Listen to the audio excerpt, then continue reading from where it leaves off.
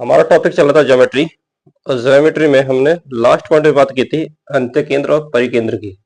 अंत्य केंद्र में त्रिज्या पूछी थी गई थी, ठीक। और उसी प्रकार परिकेंद्र में हमने त्रिज्या की बात की थी, जिसमें आपसे एक दो नंबर क्वेश्चन पूछ लेता है।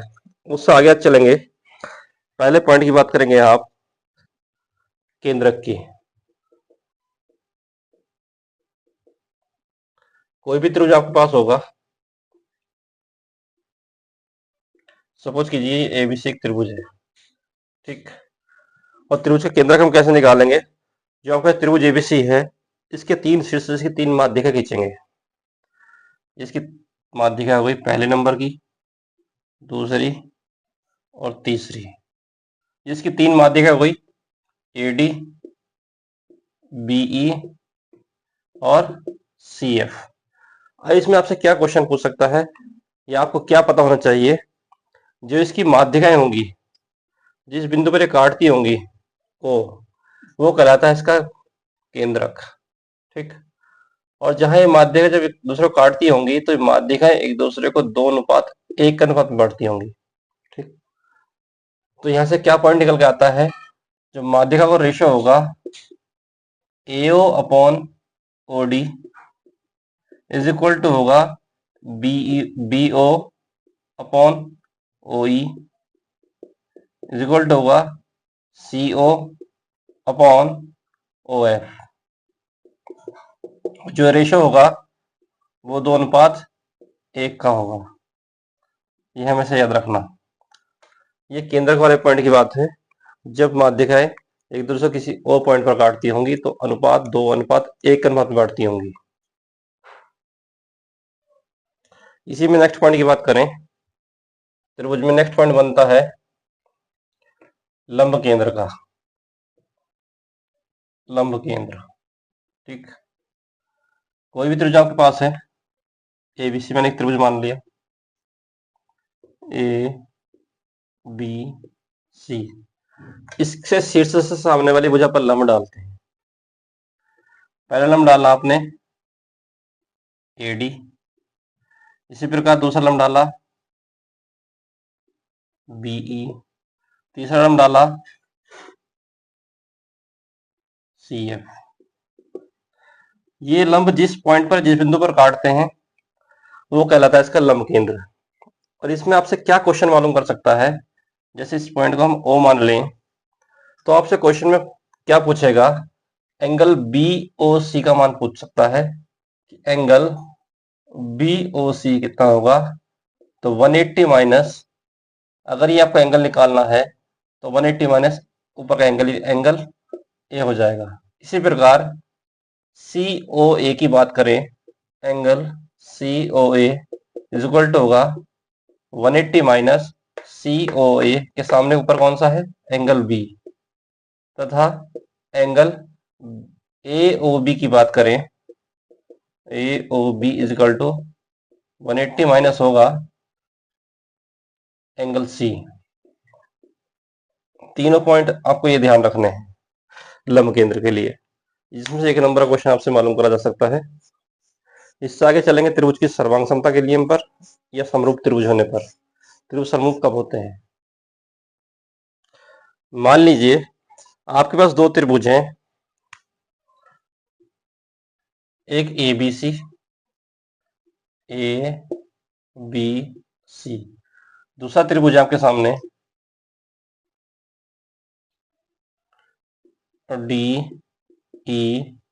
DEF, और दोनों समरूप हैं। समरूप होने की कंडीशन में क्या करना है? अगर त्रिभुज आपके पास दोनों समरूप हैं, तो इनकी संगत भुजाओं का अनुपात आपस में क्या होगा? बराबर होगा। जैसे AB upon DE is equal to होगा BC upon EF is equal to AC upon DF। ये हमेशा ध्यान रखना। और त्रिभुज समरूप होने का साइन होता है A B C। इस त्रिभुज की समरूप की बात करें, समरूप का साइन होता है ये।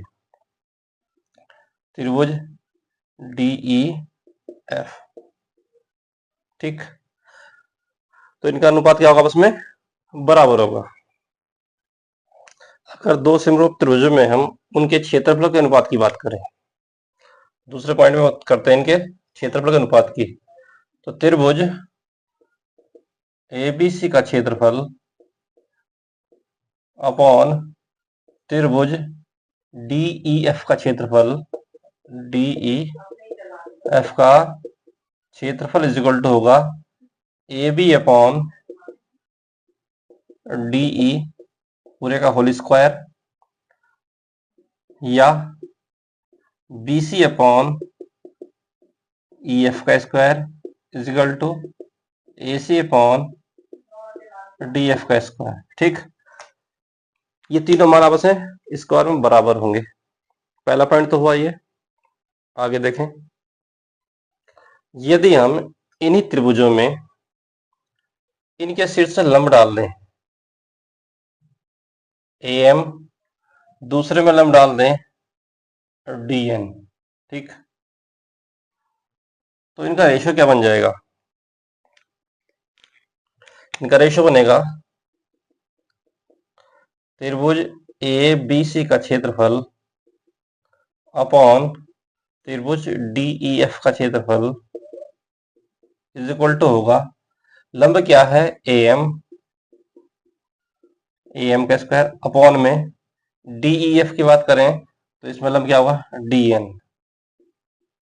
DN का स्क्वायर, या AM बटे DN पूरे का होल स्क्वायर। ये तो बात हुई जब हम इसका शीर्ष लंब डालते हैं। अगर ये शीर्ष लंब ना होकर के इन्हीं वैल्यू को हम इसकी माध्यिका बना दें, पहली कंडीशन तो शीर्ष लंब की हो गई है, ये कब है? जब ये शीर्ष लंब होंगे। ठीक, दूसरी बात करते हैं, अगर ये माध्यिका बन जाए,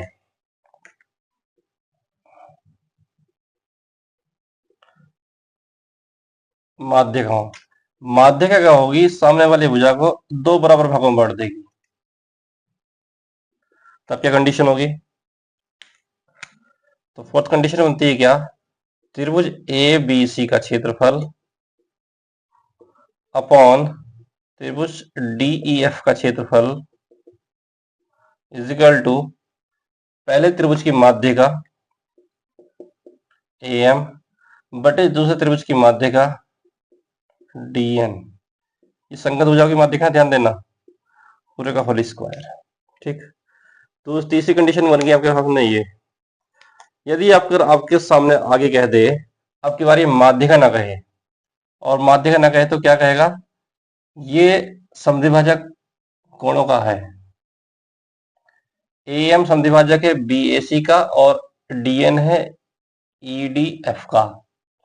इन्हीं दोनों कोण आपस में क्या हो जाए? बराबर हो जाए। तीसरा पॉइंट बनता है,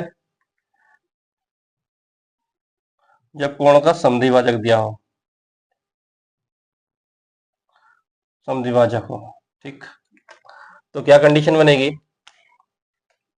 नेक्स्ट, त्रिभुज ABC का क्षेत्रफल अपॉन त्रिभुज DEF का क्षेत्रफल इज इक्वल टू होगा, कितना नंबर तक है आपके सामने इसका समद्विभाजक? AM बटे DN पूरे का होल स्क्वायर। ठीक, चारों पॉइंट एक जैसे ही हैं, बस कहीं लंबवर्धक कहा गया होगा, कभी माध्यिका बोली गई होगी, कभी कोणों का अर्धक कहा गया होगा। तो इसमें क्षेत्रफल अनुपात उनकी संगत भुजाओं के वर्गों के अनुपात के बराबर होगा, यह लंब की लंबाई के वर्ग अनुपात होगा, या माध्यिका वर्ग का अनुपात होगा। ये हमेशा याद रखना आप। इसी में आगे बात करेंगे ज्योमेट्री में हम वृत्त की। मान लीजिए आपके पास एक वृत्त है, ये जिसका केंद्र मैंने O कहा। ठीक, अब नेक्स्ट देखेंगे इसमें हम वृत्त, सर्किल।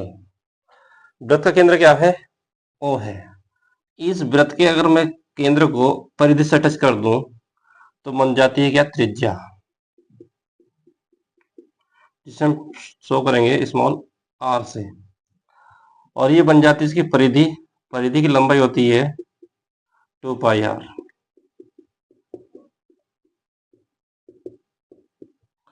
अगर इसके क्षेत्रफल की बात करें a, तो होता है πr², किसी भी वृत्त का। और हमेशा ध्यान देना, इसके केंद्र को हम दोनों तरफ अगर परिधि से मिला दें इस तरह से, तो बन जाता है व्यास।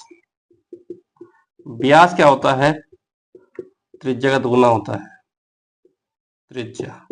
ठीक, नेक्स्ट पॉइंट आगे देखें। इसमें किसी भी वृत्त में कोई हम रेखा खींच दें, चाहे उसके केंद्र से होकर जाती हो या ना जाती हो, तो बन जाती है इसकी वो जीवा। ठीक, और इस जीवा से इसके केंद्र पर लंब डाल दें, या केंद्र से जीवा पर लंब डाल दें, जिसे नाम देते हैं ओडी। तो ध्यान देना, तो ये लंब इसे 2 बराबर भागों में बांट देता होगा, यानी AD इज इक्वल टू हो जाएगा BD। कब? यदि किसी वृत्त के केंद्र से हम जीवा पर क्या डाल दें, लंब डाल दें, तो क्या होगा? AD बराबर क्या हो जाएगा? तो BD हो जाएगा। इसी प्रकार यदि किसी वृत्त के केंद्र से, ये किसी वृत्त के केंद्र से सामने वाली जीवा को हम 2 बराबर बांट दें, 2 बराबर भागों में बांट दें, यानी ये भाग इसके बराबर है, तो ये कंडीशन क्या बनेगी? जो इस पे इसकी दूरी मिलेगी वो 90 डिग्री में मिलेगी, यानी लंबकोण मिलेगी। एक पॉइंट आपके पास ये बना। आगे नेक्स्ट बात करें